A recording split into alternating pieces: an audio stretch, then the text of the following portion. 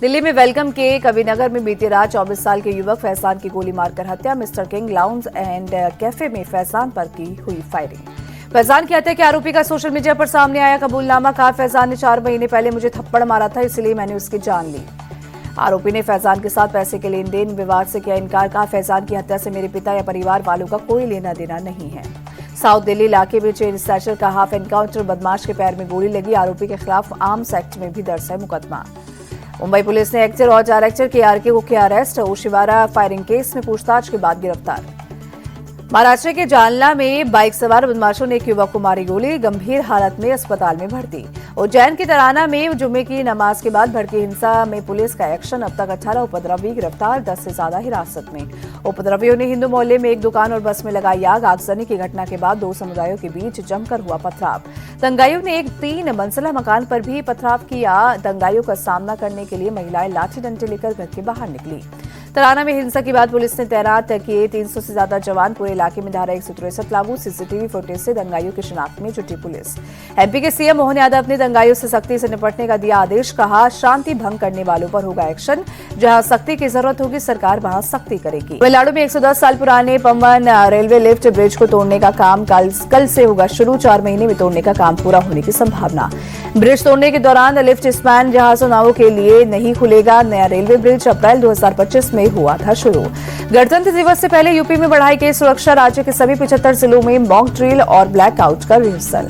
CM Yogi Adityanath ने Lucknow police line से लिया मॉक ड्रिल का जायजा। कहा, हमारी शांति से संकट तक की तैयारी।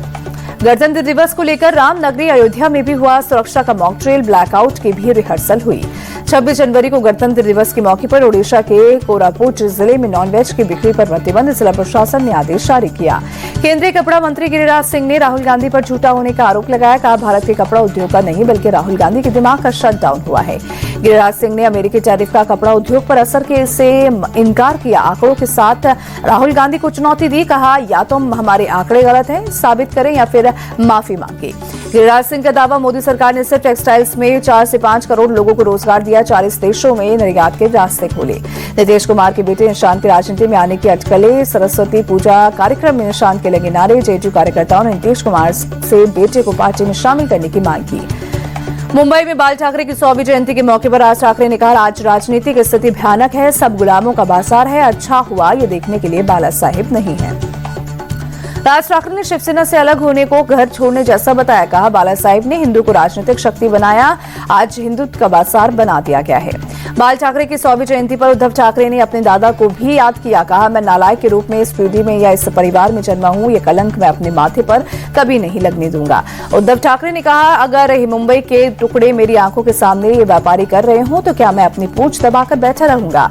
होशियारपुर पुलिस के हाथ लगी बड़ी सफलता। प्रतिबंधित संगठन BKI के एक आतंकी मॉड्यूल का पर्दाफाश किया। 4 आरोपी गिरफ्तार। 2.5 किलो RTX, 2 पिस्टल और कारतूस बरामद। यूपी के हापुड़ में पुलिस और गौकशों के बीच मुठभेड़। 4 बदमाश गिरफ्तार। 2 के पैर में गोली लगी। पशु काटने के उपकरण, अवैध असला और जिंदा कारतूस बरामद। यूपी में मऊ के मिर्जाहादीपुरा में आजमी अस्पताल में डायलिसिस मशीन की चोरी। गार्ड को कुर्सी से बांधकर मशीन लॉरी में डालकर ले गए चोर। आग की वजह से बड़े पैमाने पर नुकसान की आशंका। दमकल की टीम ने कड़ी मशक्कत के बाद आग पर काबू पाया। दिल्ली में बारिश के बाद मौसम हुआ साफ। आसमान से धुंध छटी, प्रदूषण भी हुआ कम। हिमाचल के धर्मशाला में जबरदस्त बर्फबारी। पहाड़ों में ओढ़ी बर्फ की सफेद चादर, नजारा हुआ दिलकश। शिमला में भारी बर्फबारी के बाद सड़कों पर बर्फ की मोटी चादर बिछी। ट्रैफिक हुआ प्रभावित। जेसीबी की मदद से बर्फ हटाने में जुटा प्रशासन। मनाली में भारी बर्फबारी। पहाड़ से लेकर घर की छतों तक बर्फ की मोटी परतें जमी। सड़कों पर भी बर्फ की सफेद चादर बिछी। जनजीवन प्रभावित।